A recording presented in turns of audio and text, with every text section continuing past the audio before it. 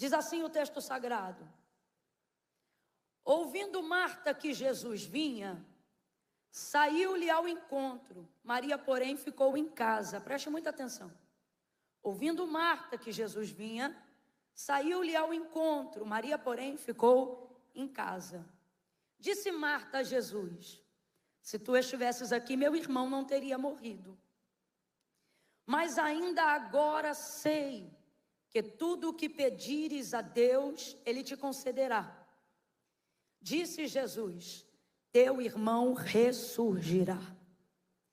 E Marta respondeu: eu sei, ressurgirá na ressurreição do último dia. E disse Jesus: eu sou a ressurreição e a vida. Quem crê em mim, ainda que esteja morto, viverá. E todo aquele que vive e crê em mim, nunca morrerá. Crês tu nisto? Ela disse: sim, Senhor, eu creio que tu és o Cristo, o Filho de Deus que havia de vir ao mundo. Depois que ela disse isso, voltou e chamou Maria, sua irmã em particular, dizendo: o mestre está aqui e te chama. Quando Maria ouviu isso, levantou-se depressa e foi encontrar-se com Jesus. Ora, Jesus ainda não tinha entrado na aldeia, mas estava num lugar onde Marta o encontrara.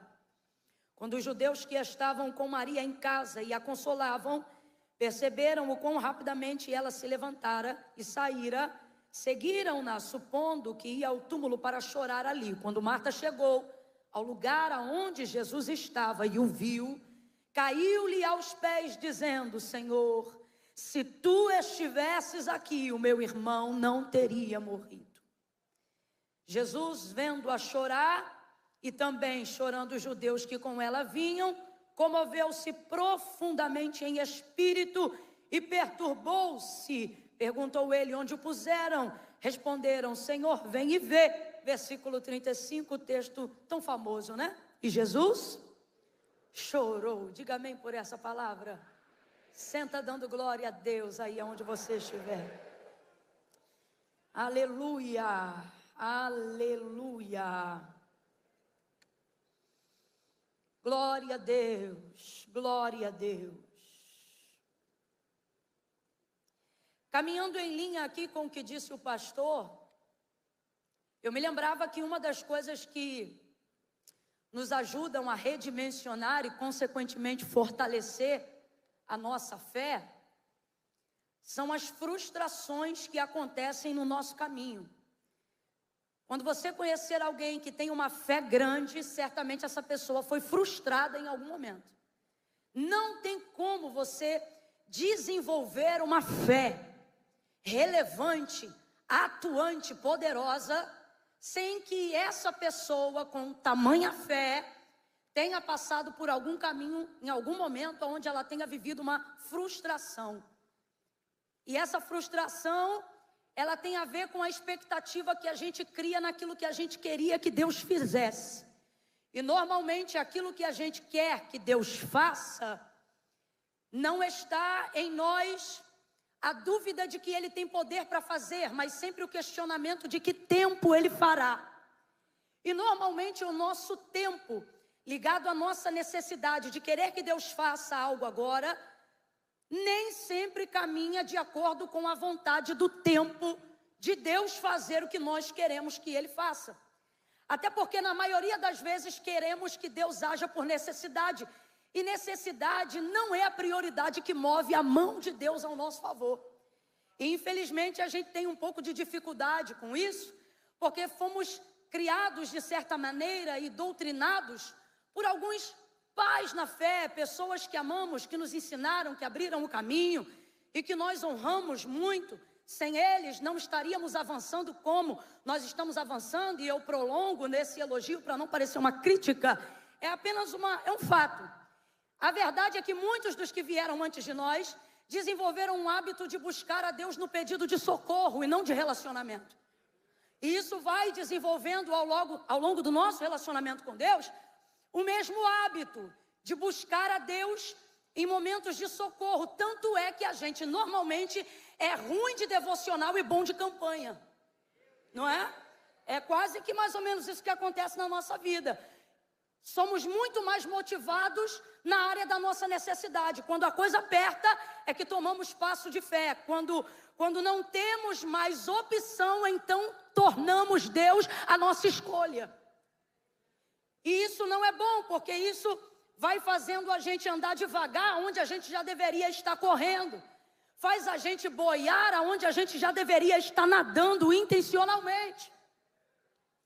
Por causa disso, acreditamos que as orações mais piedosas serão respondidas com mais eficácia, ao ponto de que contrariamos o que disse o profeta, e na verdade é Deus falando de si mesmo pela boca de Isaías, no capítulo 64, versículo 4, quando ele diz: porque desde a antiguidade com o ouvido não se percebeu, nem com o olho se viu, um Deus que trabalha para aqueles que nele esperam. Então veja, o texto é claro. O que move a prioridade de escala, de expediente de trabalho de Deus não é necessidade. Não é necessidade. Mas acostumamos-nos a recorrer a Deus só em momentos de calamidade. Então hoje, quando queremos desenvolver com Ele um relacionamento de intimidade, de paternidade, encontramos desafios como as disciplinas espirituais, que deveriam ser coisas simples para nós, mas não são. Porque colocamos em Deus apenas expectativas emocionais de coisas que queremos que Ele faça, e não daquilo que Ele quer ser na nossa vida. Só para a gente poder entender de maneira ainda mais ampla, a maioria de nós que estamos aqui numa noite de hoje, é sexta ou sábado? Me ajude. Numa noite de sexta-feira, a maioria de nós que estamos aqui, num culto que já se estende em horário, e isso não atrapalha a sua permanência nele, me mostra um nível de maturidade de fé. Você reconhece Deus como único. Você reconhece que Deus é digno do seu tempo, do seu melhor. Eu vejo temor aqui, eu vejo reverência aqui. Eu vejo entrega aqui. Eu vejo aqui nessa noite gente que não teve em Deus uma opção, mas fez dele a sua escolha. Senhor, eu vou lá, eu quero te ouvir, eu quero te servir, eu quero te adorar. E aí, dentro dessa perspectiva, eu posso afirmar que a maioria de nós que estamos aqui não temos dificuldade em reconhecer Deus como único. Deus é o único na nossa vida. Outros deuses não disputam com o nosso Deus no nosso coração. E quando eles ousam disputar conosco, o Espírito Santo logo liga o alerta, o termômetro da nossa devoção, e ele começa a nos incomodar. E então o nosso tempo na internet incomoda, o período de devocional curto demais em comparação ao que Deus quer revelar incomoda, e tantas outras coisas, mostrando sempre que o altar do nosso coração é rendido conscientemente, voluntariamente, a um único Deus, a um único Senhor. Jeová é o seu nome. Isso já é certo. Não temos embates espirituais e psicológicos acerca disso. Ele está nesse lugar de único. Só para eu ter certeza que você está me ouvindo bem, complete aí. Ele está nesse lugar de... Mas vamos falar a verdade, aonde está a nossa dificuldade nos últimos dias? Não é reconhecer que Deus é o único, mas é colocá-lo também no lugar de primeiro. Porque uma coisa é uma coisa e outra coisa é outra coisa. E às vezes, de fato, Deus é o único, mas não tem sido o primeiro. E para Ele, isso faz diferença. Isso faz diferença. E qual é a única maneira de tornar esse relacionamento um relacionamento que aquilo que Ele é e aquilo que Ele se tornou é maior do que as necessidades que estão ao meu redor? Não só tornando Deus único, mas tornando também Deus o primeiro. Quando você torna Deus o primeiro, você começa a desenvolver com Ele não apenas um relacionamento de acesso, mas um relacionamento de intimidade. Essa família em questão que nós acabamos de ler aqui, a casa de Marta, Maria e Lázaro, era uma casa que o próprio João no capítulo 11 vai dizer que Jesus os amava. Jesus os amava. E esse amor aqui não tem a ver com a sua vocação, tem a ver com a sua afinidade. Vou falar rasgado que é para todo mundo entender. Jesus gostava da comida de Marta, do jeito de conversar de Lázaro. Jesus gostava do tempo de comunhão, do momento que eles passavam à mesa. Aqui não tem a ver com vocação ou cumprimento ministerial. Aqui tem a ver com tempo de qualidade. Eles preenchem a humanidade de Cristo com santidade. Eles são amigos que não o pervertem. Eles têm conversas que não o embaraçam. A casa de Marta, Maria e Lázaro é a casa que se há registrada no texto sagrado que Jesus mais visitou. Então ele gostava desse ambiente. Quando Lázaro vem a falecer, quantos aqui conhecem essa história? Que eu quero ganhar tempo. Isso. Quando Lázaro vem a falecer, Marta vai demonstrar o que eu estou falando aqui. Eles têm um relacionamento de intimidade fraterna, amizade mesmo. E como que a gente sabe disso? Ela vai escrever um bilhete quando ele ainda estava enfermo. E Jesus já estava a cerca de 18 estádios daquela região, porque da última vez que eles passaram por lá, foram meio que hostilizados. Até pau levantaram para agredir os discípulos. E agora os discípulos estão bem distantes daquela região, mas o coração de Jesus continua muito perto. Intimidade tem isso. Corpos distantes, mas o coração sempre perto. E dentro desse contexto, Marta vai escrever um bilhete dizendo que Lázaro estava enfermo. E ela vai colocar uma pressão nesse bilhete, porque tudo leva a crer que ele não ficou enfermo da noite para o dia, mas ele foi ficando cada vez pior. Então ela escreve o bilhete, porque quando você tem um amigo, não se espera que ele saiba que você está doente por terceiros. E que ele venha antes de você ficar mal.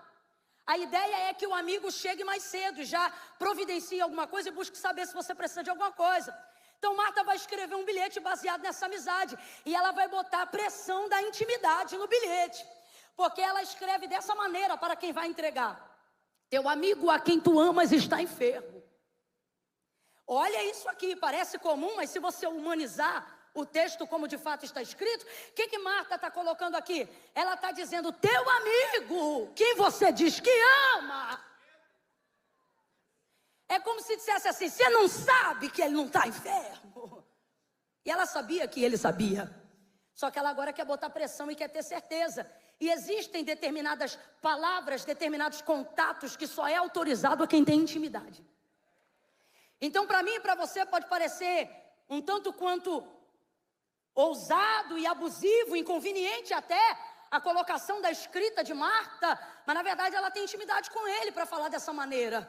E ela tem tanta intimidade com ele, que não tem Instagram, não tem WhatsApp, o sistema de carta demorava um pouco. É por isso que inclusive quando ele recebe, ele sabe que ainda daria tempo de ir, mas ele não vai, porque ele aguarda a morte de Lázaro, que já não demora muito depois da recepção daquele bilhete. Enfim, ela sabia onde ele estava. Irmão, naquela época não tinha telefone nem zap não. Você só sabia onde uma pessoa estava se você tivesse contato contínuo com ela.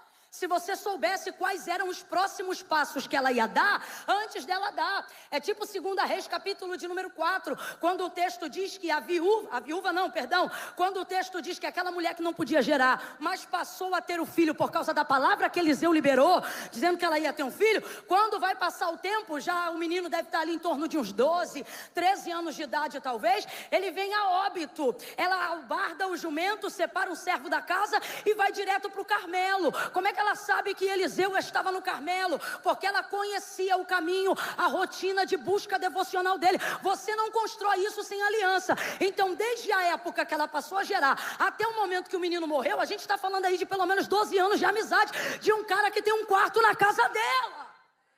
Então eu estou falando de intimidade, de saber os próximos passos que alguém vai dar, só se você conversar com essa pessoa. É o caso de Marta. Manda ela então uma mensagem para o mensageiro, e a mensagem é esta: o teu amigo a quem tu amas está enfermo.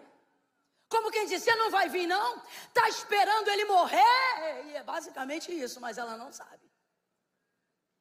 Na expectativa dela, ela pensa que aquele bilhete vai imprimir pressão em Jesus para chegar mais rápido. Porque qual é o tempo dela e qual é a fé dela? A fé dela é para curar um homem que está enfermo. E conforme já foi pregado aqui, cada um age segundo a medida da sua fé, podendo expandi-la ou não. Mas a única maneira de expandi-la para um próximo nível é recebendo-a no primeiro nível. Então olha a situação de Marta. ela quer que Jesus venha, porque há fé nela para que Jesus cure um enfermo. A fé de Marta, se eu pudesse comparar em nível de medida, é uma fé semelhante à fé de Jairo. Marcos capítulo de número 15.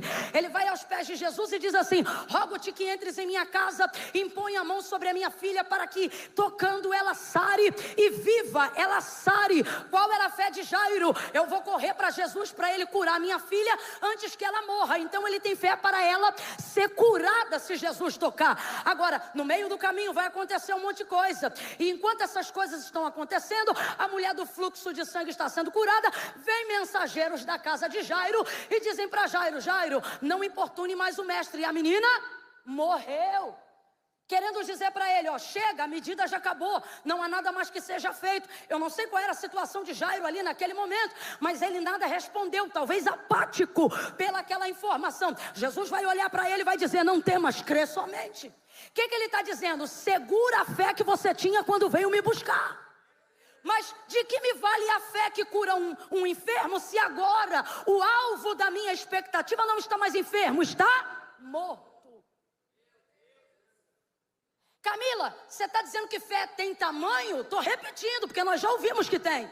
E estou lhe dizendo, se fé tem tamanho, um milagre também tem. Tanto é que, no episódio de Marcos capítulo 5, a mulher do fluxo de sangue recebe o que ela queria sem nem pedir, porque a medida da fé dela não estava baseada no toque. Qual era a medida de fé daqueles dias do testemunho de Cristo? Que todos aqueles que nele tocassem seriam curados. Então por que a multidão aperta Jesus? Porque a medida da fé deles é uma única. Qual? Só pode ser curado quem por ele é tocado. Só que a mulher não podia tocar porque era imunda. Então ela vai transcender. Ela vai para um novo nível de fé.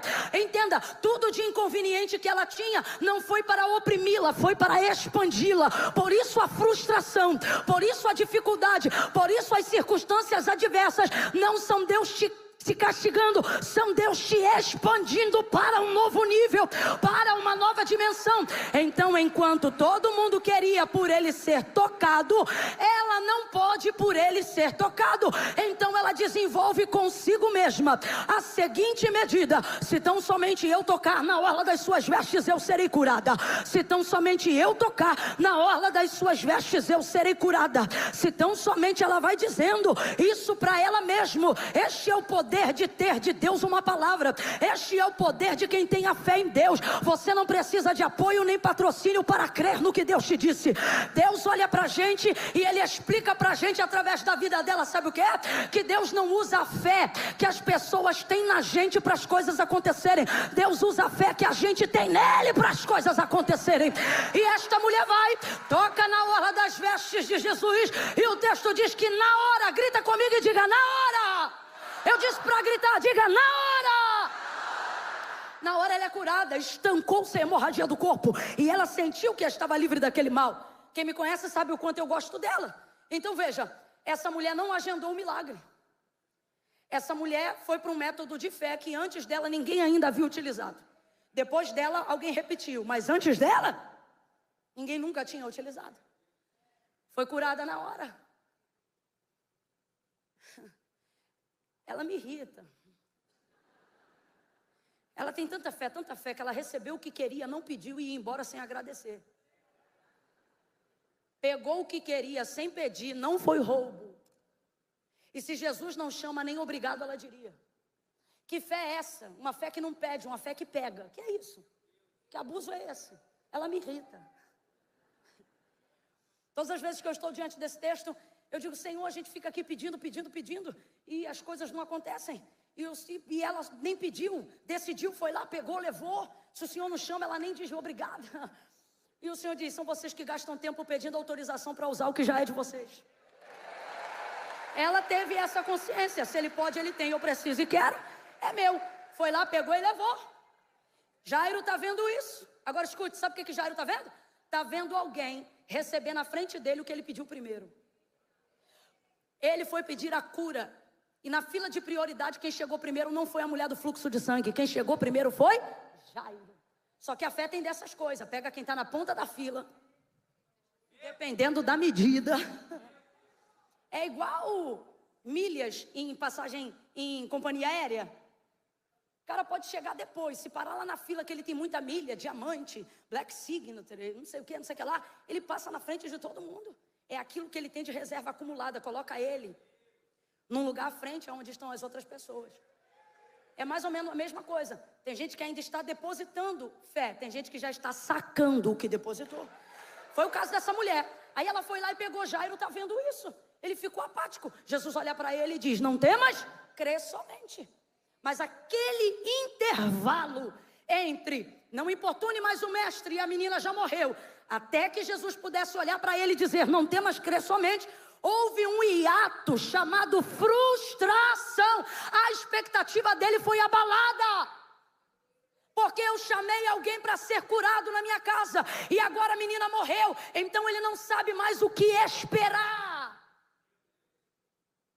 Só que Jesus direciona a espera dele. O que ele está dizendo? Você pode não saber o que eu vou fazer, mas veio aqui me buscar. Não temas, crer somente significa: continue confiando em mim, continue me levando a caminho da sua casa. Resumindo a história, por causa do que ele viu acontecer na vida da mulher do fluxo de sangue, por causa do que ele ouviu de Jesus, ele continua levando Jesus para casa. Jesus ressuscita a filha dele, agora sem emoção, vamos falar na razão. A fé de Jairo era a fé que pedia para levantar um doente. Aí eu te pergunto, a fé que cura um enfermo é a mesma medida da fé que levanta um morto? Está emocionado você? Quem aqui já orou por alguém e a dor de cabeça foi embora? Diga glória a Deus. Quem aqui já abraçou alguém e essa pessoa foi curada no abraço? Diga aleluia. Quem aqui já fez uma campanha de oração e alguém saiu do hospital? Diga glória. Quantas pessoas nós temos aqui que depois de dias um enfermo morreu e você estava no sepultamento e você chegou e disse para a viúva: não chore? Ninguém? Então vou perguntar de novo, não se emociona, tá? A fé que levanta um doente é a mesma fé que ressuscita um morto? Não é. A fé que levanta um morto cura um doente? Rapaz, a gente aprendeu tanto hoje aqui, gente, do que é cartesiano, do que é sobrenatural. Não me irrita. Quem pode menos não pode mais, mas quem pode mais pode menos, sim ou não? Sim ou não? Então vamos lá.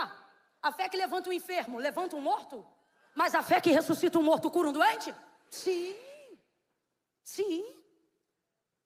Só que Jairo não tinha essa fé, mas ele tinha fé para levar na casa dele quem tinha poder para lhe aumentar a fé e fazer essa obra. Só que esse intervalo de frustração é que determinaria aquilo que ia acontecer na vida dele. Tudo isso tem a ver com uma coisa: o que, Camila? O tempo. Não estamos vivendo desafios que tentam a nossa fé, porque não cremos que Deus tem poder de fazê-los, mas porque colocamos a expectativa não só em Deus, mas no tempo que queremos que Ele faça. É isso que abala a nossa fé. A gente fala de Sara, que ouviu os anjos dizerem que ela iria gerar a Isaac e riu. Só que a gente esquece de falar que Abraão ouviu do próprio Deus que Sara iria gerar Isaac, e ele não só riu, como disse: oxalá viva Ismael, faria o Senhor um ventre como de Sara gerar um filho. Ele duvidou muito mais naquele momento, ao ponto de sugerir para Deus: engrandece Ismael, como quem diz: Isaac não tem como existir. Está no texto. Aí o Senhor diz assim para ele: eu abençoarei Ismael, mas cumprirei, visitarei Sara a cabo de 1 ano, e ela vai gerar o filho da minha aliança. O que ele está dizendo? Abraão, eu não caminho de acordo com a sua frustração. Não é porque eu não fiz no seu tempo. Tinham passado quantos anos? 24 até aquele dia. 24 anos. O que Deus está dizendo? Tua frustração não muda a minha decisão. Não, eu quero que você guarde isso nessa noite. Irmão, quem fica em depressão é você, não é Deus. Rivotril não assusta as decisões que Deus tomou acerca da sua casa. Quem tem crise de ansiedade e síndrome do pânico é você, Deus não sua. Deus não está tremendo. Recalamachando rebalaço. Deus está dizendo, seu estado. Agora, quando a gente olha para o autor da carta aos Hebreus, a gente vê Abraão sendo progenitor da fé. Porque em Gênesis 12, quando o Senhor o chamou, ele creu. E Deus não precisou dar um currículo nem uma promissória para ele. Por isso a medida da fé é pela régua de Abraão. A fé vem pelo ouvir e o ouvir da palavra de Deus. Por quê? Porque Abraão ouviu e Deus não precisou provar que era capaz de fazer o que disse que faria. Porque pelas palavras que ele disse foi o suficiente para Abraão crer. O que é que eu estou dizendo então? Abraão é o pai da fé, isso é o que ele é. Completa para mim que é para você não me esquecer. Isso é o que ele? Bora, isso é o que ele? Isso é o que ele é, mas depois de 20 anos, não é como ele está. A essência de quem ele é está ali, mas em razão do tempo de espera, a incredulidade lhe tenta e ele pensa, transfira para Ismael o que tu tinha para Isaque. Agora eu te pergunto, Abraão deixou de crer que Deus tem poder? Não, ele não está assim, o texto é claro. O texto diz que é porque Sara era velha. Ele diz assim, poderia um homem de 100 anos gerar? Poderia um homem de 100 anos dar um filho? E uma mulher de 90 gerar? Então o que ele está dizendo? Deus, eu não duvido do teu poder de dar, eu duvido da minha condição de receber. Por causa do tempo.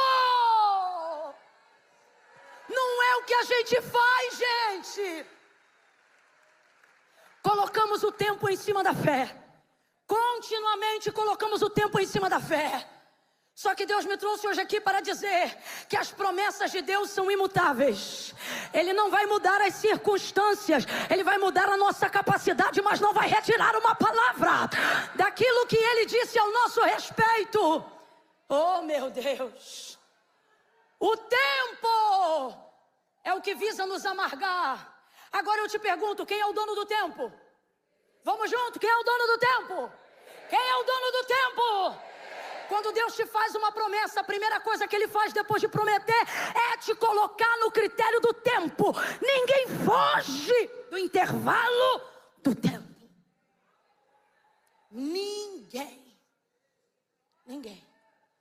Não é Deus que te amarga, é o tempo. É o tempo. Você está atribulado por causa do tempo. Você acha que os seus fios de cabelo branco vão roubar a alegria do cumprimento de promessas quando você ainda tinha vigor. Seu problema é o tempo. O proverbista vai dizer: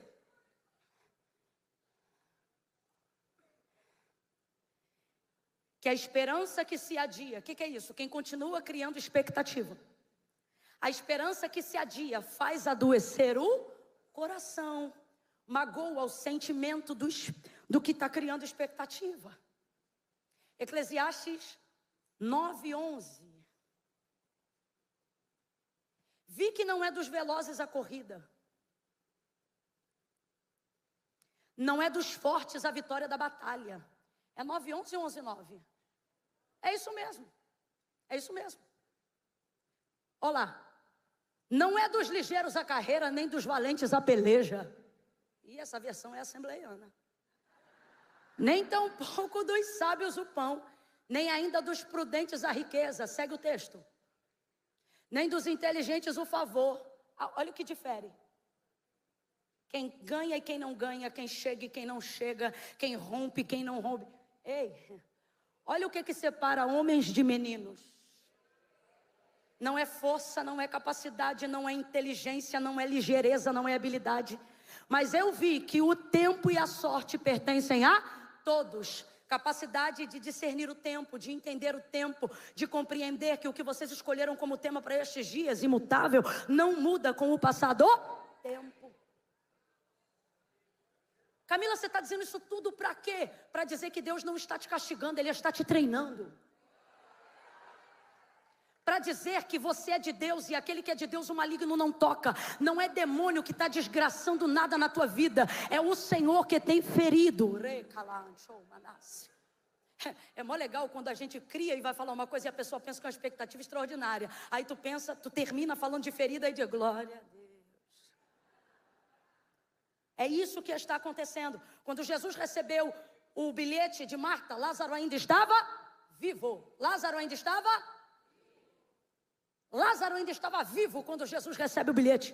Ela não disse, ele está morto. Ela disse, ele está enfermo. Então o que ela está dizendo? Corre que dá tempo. Que tempo? O meu tempo. Marta está esperando Jesus chegar no seu tempo. Marta quer ver ele chegar no seu tempo. E depois a gente vai descobrir porque que o tempo dela é mais importante do que o tempo de Deus. Por causa da intimidade. Intimidade faz você ter um acesso que te coloca numa posição privilegiada. Você se sente privilegiado, vamos falar a verdade? Quando você tem um amigo poderoso e você é íntimo dele, você não precisa de inscrição para entrar no evento. Estou mentindo, gente? Intimidade é um passo tão caro e tão valioso, que já foi dito aqui acerca do teatro, que o pastor queria alugar. Não era só uma questão de dinheiro, era uma questão de acesso. Intimidade te privilegia.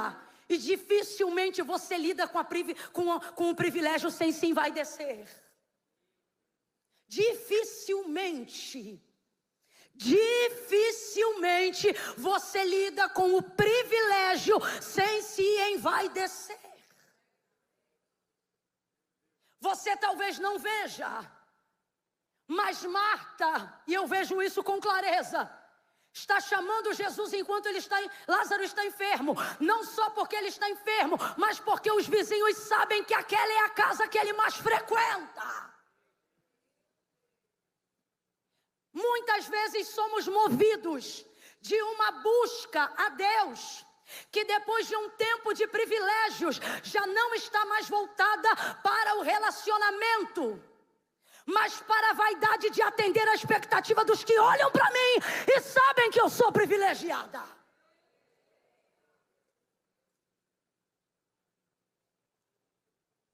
Parece que eu vejo o pessoal indo visitar Lázaro e dizendo, Jesus já veio? E ela constrangida dizendo, não, ainda não.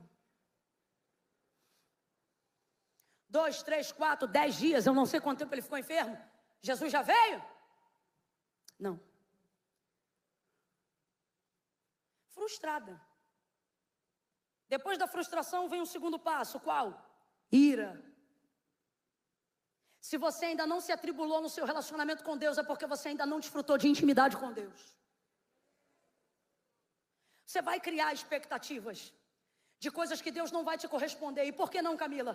Porque é uma coisa que a gente aprende desde o Antigo Testamento. Minha intimidade com Deus não me dá autonomia para obrigá-lo a fazer as coisas no meu tempo. E isso irrita, porque é a hora que você bota na balança e pensa, vai valer a pena continuar pagando preço, renunciando para ter intimidade, já que eu não posso ter ele no meu tempo? E pessoas que sabem que são privilegiadas e envaidecem-se com esse privilégio, são tentadas nesta área. Eu estou pregando a pessoas que já não tomam leite há algum tempo. O Espírito Santo de Deus está falando comigo agora. Ele está dizendo, se tem alguém que tem vida santa é você. Se tem alguém que se separa é você. Você conhece o peso da glória de Deus. Você tem prazer em buscar a Deus. Mas ultimamente o nosso relacionamento está arranhado pela vaidade que você tem de pagar o preço da santidade, mas não ser correspondido na hora que você quer. E perceber a expectativa de quem viu a sua história de crescimento te ver perecendo nas áreas que qualquer pessoa que tivesse o relacionamento que você tem com Deus jamais estaria passando pelo que você está passando.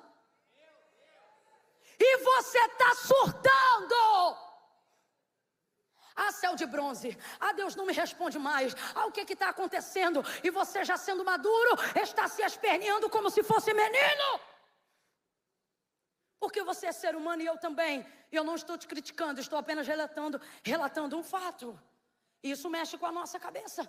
Marta vai ficar irada. E normalmente esse tipo de sentimento tem a ver com o fato de estarmos olhando para as pessoas que estão olhando para a gente. O irmão está morto, a casa está em desespero, é ela que responde pela família. E a intimidade dela dessa vez não está pagando o passe. Isso frustra ela. Ela está frustrada / irada. Como é que a gente sabe que ela está irada? Ela nunca recebeu Jesus assim. É a primeira vez, ele nem chegou na aldeia ainda. E ela é muito bem informada. Vai ver, ela já tinha deixado alguém até de prévio aviso. Quando você perceber que ele está chegando pela região, me avisa. Rapaz, Marta é sinistra. Marta domina o bairro. Ele não chegou nem na porta da entrada da aldeia, ele estava a caminho.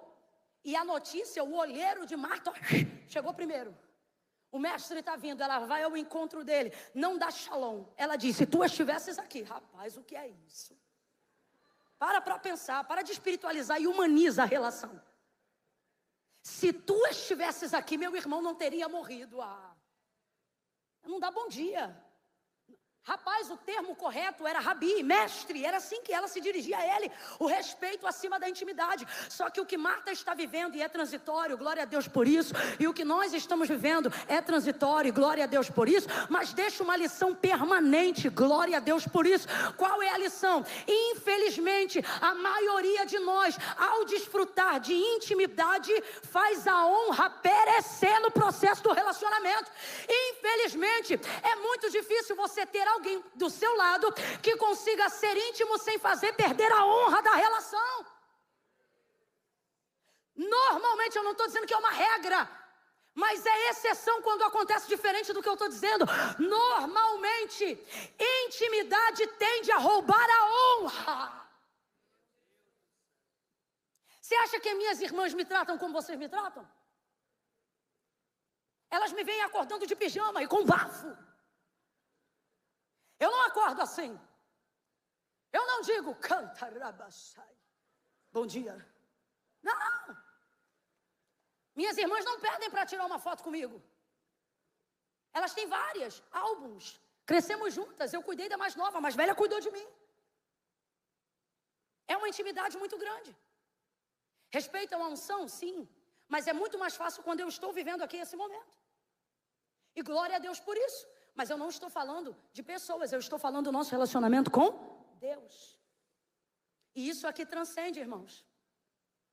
Meu Deus, e eu, por Deus, eu tinha outro texto para pregar hoje. Eu estava pronta para a gente hoje, ó.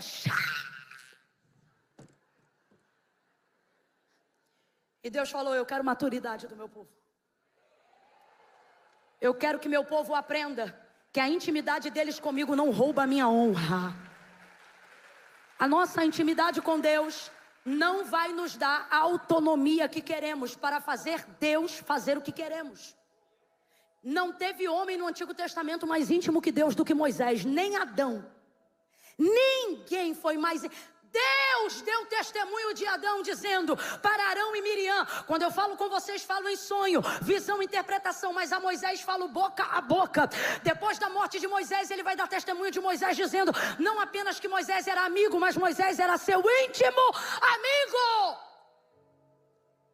Ninguém desfrutou de um nível de intimidade tão grande quanto Moisés e Deus desfrutaram um do outro, a ponto dele dizer, mostra-me a tua glória, eu quero ver o teu rosto, eu quero te conhecer. E Deus disse, Moisés, o homem não pode me ver e continuar vivo. E ele insiste, sabe o que eu entendo? Eu entendo Moisés dizendo, se a última coisa que eu vou ver é o teu rosto, eu vou morrer feliz a beça, me mostra o teu rosto. E aí Deus vai dizer para ele, mas há aqui uma rocha fendida, se esconde lá, e eu vou passar de costas e você me verá. Ninguém usufruiu disso como Moisés. Deus preservou uma aliança tão forte com Moisés que ela transcendeu até a morte, não apenas para a galeria dos salvos, mas para a realização de promessas aqui na terra. No Monte da Transfiguração, outras duas figuras e imagem se levantaram com Jesus na terra que pertencia ao contexto de Canaã, aonde Moisés guiou o povo, mas não pôde entrar. E naquela visão eles viram três homens, um era Jesus, o outro era Elias e o outro era Moisés. Era Deus o compensando, o abençoando e revelando profeticamente tantas coisas. Veja, alguém que não sai da memória de um Deus eterno. É uma intimidade da qual nós desejamos desfrutar. E talvez você pense, Camila, mas igual Moisés ninguém consegue. E o Senhor está dizendo, não consegue mesmo. Por quê? Porque agora dá para ser melhor do que foi com ele. Por causa de Jesus, mas ouça isso. Quando no episódio do deserto o povo querendo beber água e não tinha água, começaram a murmurar. Moisés fala com Deus, Deus fala com Moisés. Moisés, tem aqui uma rocha, fala a rocha e ela vai dar água para o povo. Naquela época Moisés já era o homem mais manso do mundo, só que aquele povo também era o povo mais rebelde do mundo. E enquanto ele está indo cumprir a direção de Deus, quando ele chega na frente da rocha, já atordoado pela quantidade de murmuração, ele não fala, ele fere 2 vezes com seu cajado a rocha. A rocha deu água, deu certo, sim ou não? Só que por causa daquilo, a intimidade ficou ferida. Deus disse: vou fazer herdar a terra que jurei aos seus pais que lhes daria, mas você não vai entrar lá. Agora eu te pergunto, naquele arraial tinha alguém mais íntimo de Deus do que Moisés? Deus está dizendo: assim é meu relacionamento com você. A quem mais é dado, mais é cobrado. Você pode reclamar, ou você pode viver um novo nível de confronto e entender que a nossa intimidade não te dá autonomia para me obrigar a fazer as coisas no seu tempo. Agora vem comigo. Por que Deus escolhe a casa de Marta, Maria e Lázaro para fazer isso? Também está no texto de João 11. O texto diz que Jesus os amava. E esse os amava aqui está ligado à confiança. Sabe o que o Senhor está dizendo? Eu não tenho feito as coisas no seu tempo para que você murmure, mas é porque eu pensei que eu podia confiar na tua casa, para fazer do meu jeito. Está entendendo? Eu estou parafraseando para a gente entender. É por isso que eu não estou fazendo no seu tempo, porque eu projetei fazer algo maior do que trafegar na área da sua necessidade. Manda a mensagem, ele recebe a mensagem, não vai de propósito. Lázaro morre, 4 dias mais tarde ele chega. Marta então recebe dizendo: se tu estivesses aqui, meu irmão não teria morrido. O que ela está dizendo? Ué, agora? Eu queria que tu estivesse aqui antes. Vamos lá? Eu queria que você estivesse aqui. Abra a boca aí, eu queria que você estivesse aqui antes. Se tu estivesses aqui. Veja como perdemos coisas maravilhosas no relacionamento presente com Deus, porque estamos conversando agora com Ele sobre coisas que Ele não fez antes.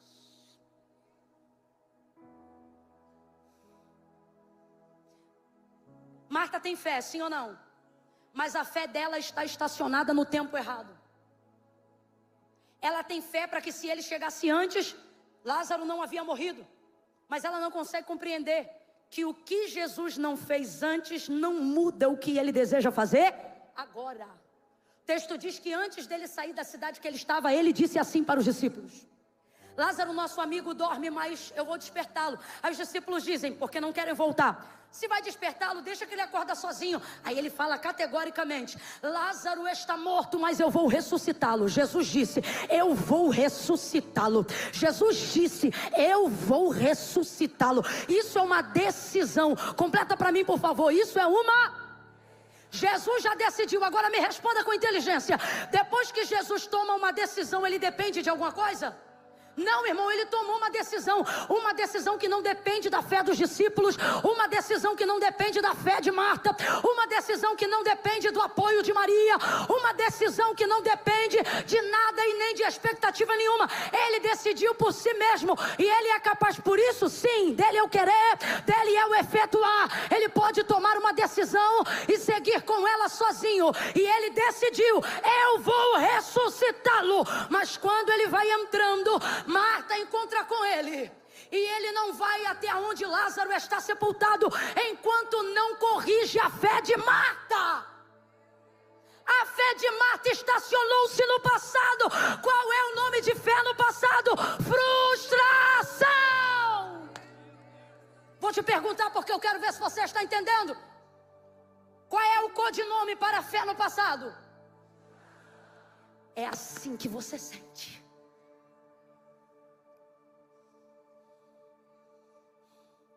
Por que Deus não falou comigo antes?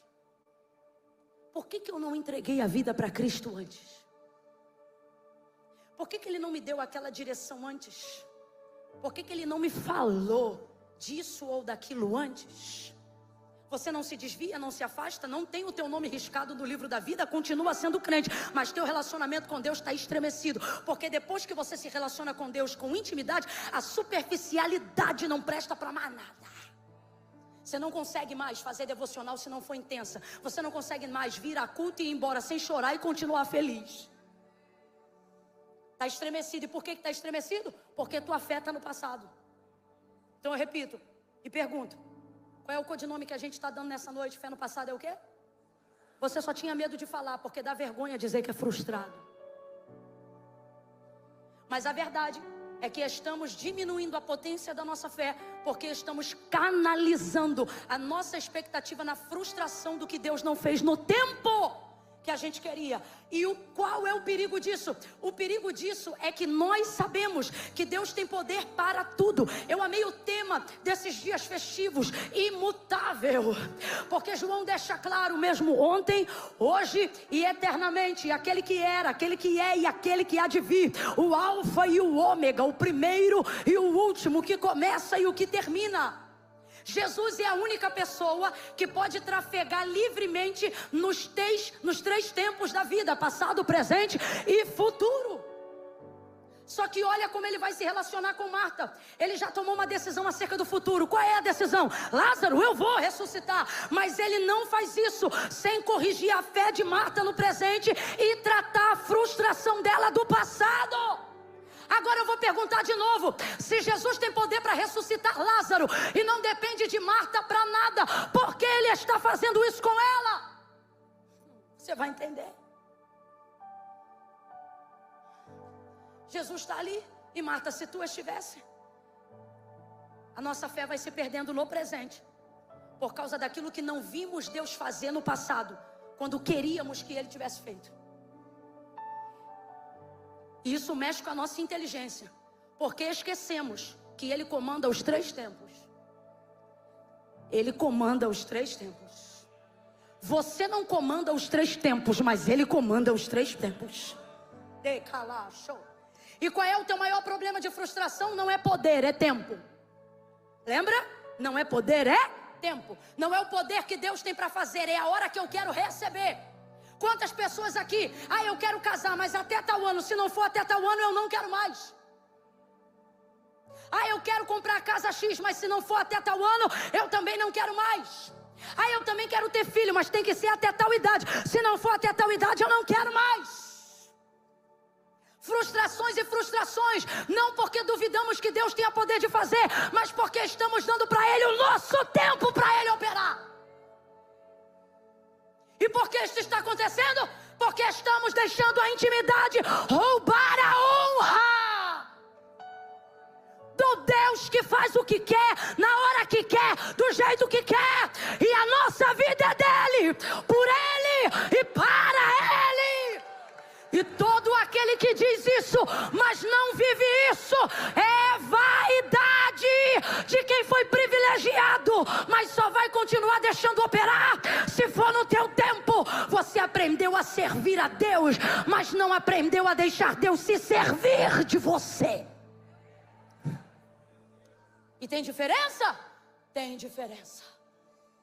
Tem diferença.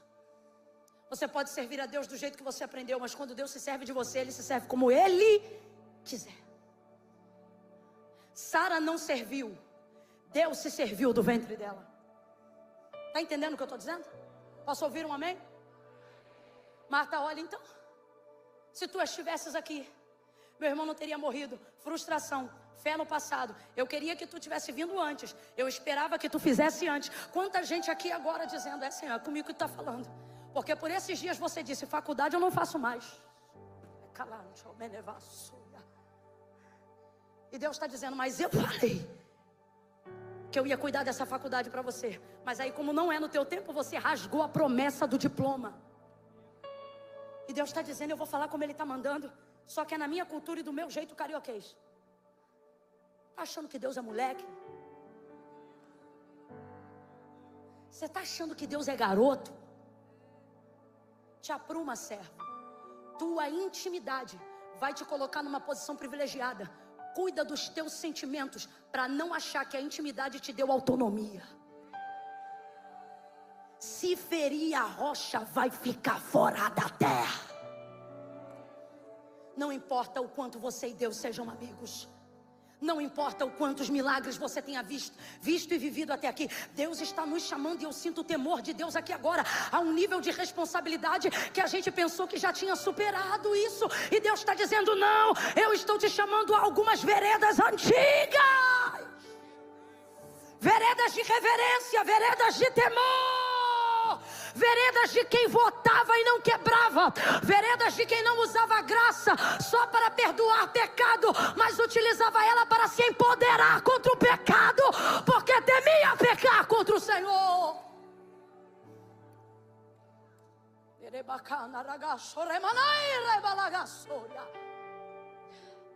Se tu estivesse aqui, meu irmão não teria morrido. Ele poderia ter dito, ele dá a notícia para ela, notícia boa: Marta, teu irmão ressurgirá. Ela diz assim: eu sei. Olha como a teologia dela, olha como Marta está experimentada em escatologia. Eu sei, no último dia, quando a gente deixa a intimidade tocar na honra, uma das primeiras coisas que começam a acontecer é que, sem perceber, você acha que sabe mais do que Deus. Não houve mais profetas com humildade que ouvia. Não houve mais pregadores com humildade que ouvia, porque a sua teologia é maior do que tudo que está acontecendo ao seu redor. Mente taravada, pensamentos cauterizados, achando que você tem o conhecimento de Deus. Você não tem o conhecimento de Deus.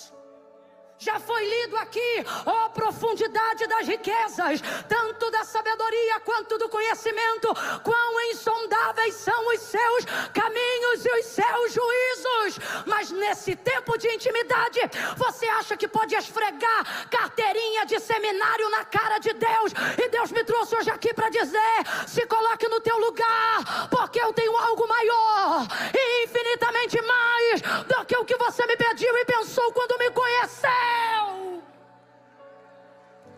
Marta, teu irmão ressurgirá. Eu sei, naquele grande dia, no último dia. Aí ele vem aqui e diz para ela: Marta, eu sou. Estava falando de passado até agora, mas agora, olha como é que ele pega a frustração do passado e ele está tentando corrigir o tempo todo. E como é que corrige o que ficou no passado? O que corrige, a maneira de corrigir o que ficou no passado não é no passado, é no... E é por isso que a gente não corrige a maioria das frustrações, porque a gente acha que o passado encobre o que nos impede de seguir. E aí a gente não quer trazer o passado para o presente nunca. Só que uma das formas de Deus tratar é pegando o que estava lá e trazendo para cá. Não vai para o futuro, mas você não chega no futuro se não pegar o que estava lá e tratar agora no presente. A fé de Marta está no passado, a promessa de Deus está no futuro. Ela é a ponte que liga os dois. O maior empecilho, na maioria das vezes, da realização do cumprimento das promessas que Deus nos fez, não é o que a gente viveu no passado, nem o que a gente acredita que vai viver no futuro. A gente olha para o passado e diz, tenho promessa. Olha para o futuro e diz, Deus é fiel para fazer. E por que não acontece? Porque a ponte é o presente, a ponte é você. E às vezes onde deveria haver uma ponte é um abismo. Aí ele vai conjugar no tempo presente para ela: eu sou a ressurreição e a vida. Gente, talvez você não esteja entendendo. Lembra quando eu falei que ele pode conjugar os 3 tempos, passado, presente e futuro? A Bíblia diz que o cordeiro já estava preparado antes da fundação do mundo. Se ele só quisesse fazer o que está decidido e não se importasse com os sentimentos de Marta e nem com a fé dela, ele poderia dizer: Marta, eu fui a ressurreição e a vida. Ele poderia. Ele também poderia, se quisesse, conjugar no futuro, como prova da crucificação no Calvário em João 19, dizendo: eu serei a ressurreição e a vida. João 20, Maria ouviu. Mas não, ele respeita o tempo de Marta. Ele pode no passado, ele pode no futuro, mas ele quer corrigir a fé dela no presente. Então ele não diz eu fui, ele também não diz eu serei, ele diz: Marta, eu sou. O que ele está dizendo? Eu não fiz quando você queria que eu fizesse, mas eu vim hoje aqui para te mostrar que o que você não me viu fazer antes não me impede de fazer o que eu vou fazer agora. Jesus está animando a fé de alguém hoje aqui, e ele está dizendo: anima-te, filha, anima-te, filho, corrige a tua fé, corrige as tuas vaidades, porque nada do que você esperou eu fazer em 2022, 2023 e não viu, vai me impedir de fazer o que eu separei para fazer agora na tua vida. Eu sou a ressurreição e a vida. Aí ele corrige a fé de Marta. Aí Marta diz: eu sei que tu és o Filho de Deus, e que tudo que tu falar vai acontecer. Agora ela trouxe a fé para o lugar certo. Aonde é que a fé tem que ficar? Presente. Quando ele corrige a fé dela, ele pergunta: cadê Maria? Está lá com a fé no passado também. Como é que a gente sabe? Quando Maria chega igualzinha a Marta: se tu estivesses aqui, meu irmão não teria morrido. Eu encerro em Maria, redobre a atenção, porque o cansaço vai tentar desviar você. Se tu estivesses aqui, chega Maria, meu irmão não teria morrido. Só que ela ainda preserva uma expectativa, a mesma que agora em Marta foi gerada. Qual? Eu sei que ainda agora, tudo que tu pedires a Deus, Ele te concederá. Só que imagina você criando o fio final da última expectativa que você tem no Salvador do mundo, no herói da sua fé.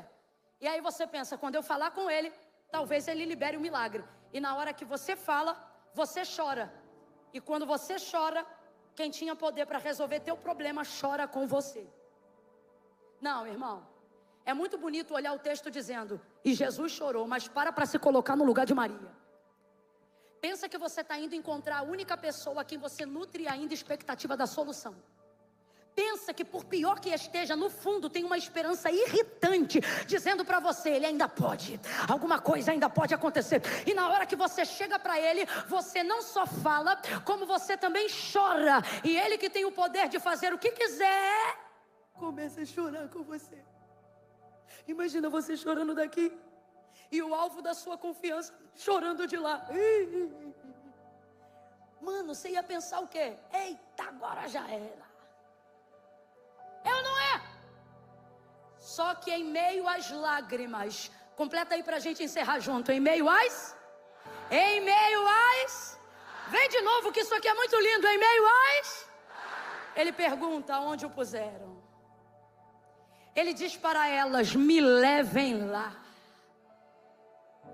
Duas verdades e eu encerro. Primeira, quando Jesus chora no momento da nossa frustração, a gente fica arrasado. Mas o nosso relacionamento com Ele se fortalece. Por quê? Porque os momentos mais marcantes que você tem no seu relacionamento com Deus não são as vezes que Ele resolveu tuas questões, mas as vezes que Ele estava passando com você os processos. Sim ou não? Sim ou não? O que preserva a sua maior memória, o que faz você se apegar com Deus, não é o fato de agora você andar de carro, é você ter memória de andar a pé e sentir a presença do Espírito Santo andando do teu lado no meio do sol.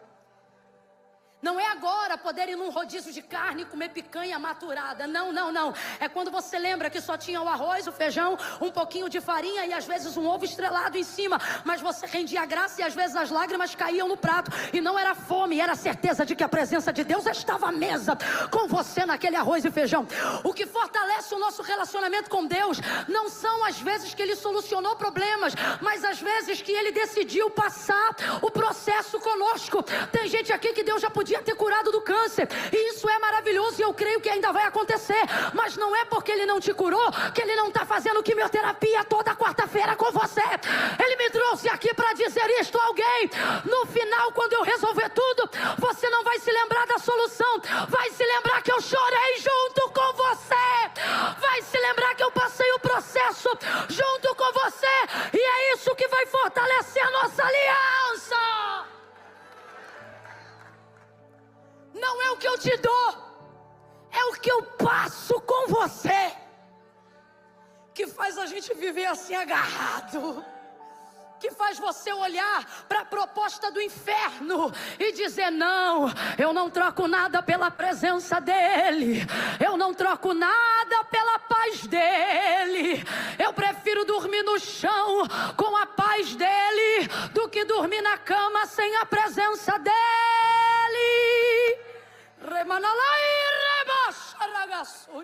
Ministério de louvor pode vir aqui para cima. Escute, esse processo, o que faz ele ser especial não é a ressurreição. Estou falando relacionamento. A ressurreição, o texto diz, sabe para que ela foi? Primeiro, para a glória de Deus. Segundo, para que o povo visse. Aí Jesus está mandando eu perguntar aqui: Você quer ter comigo um relacionamento que o povo veja? Que é isso? Aquele relacionamento que quer receber as coisas de Deus, para poder andar por aí dizendo, tá vendo aí como é que Deus é comigo? E no final não significa nada. Ou você quer olhar para trás e ver momentos onde eu não te respondi, mas chorei juntinho com você. Porque é isso que fortalece a sua relação na hora da escassez. Compreendeu? Cara, ela chora. Ele sabe que vai ressuscitar, mas ele não deixa de chorar, porque ele sabe que no final de tudo isso, para o povo é a ressurreição, mas para a amizade deles é a lágrima que conta.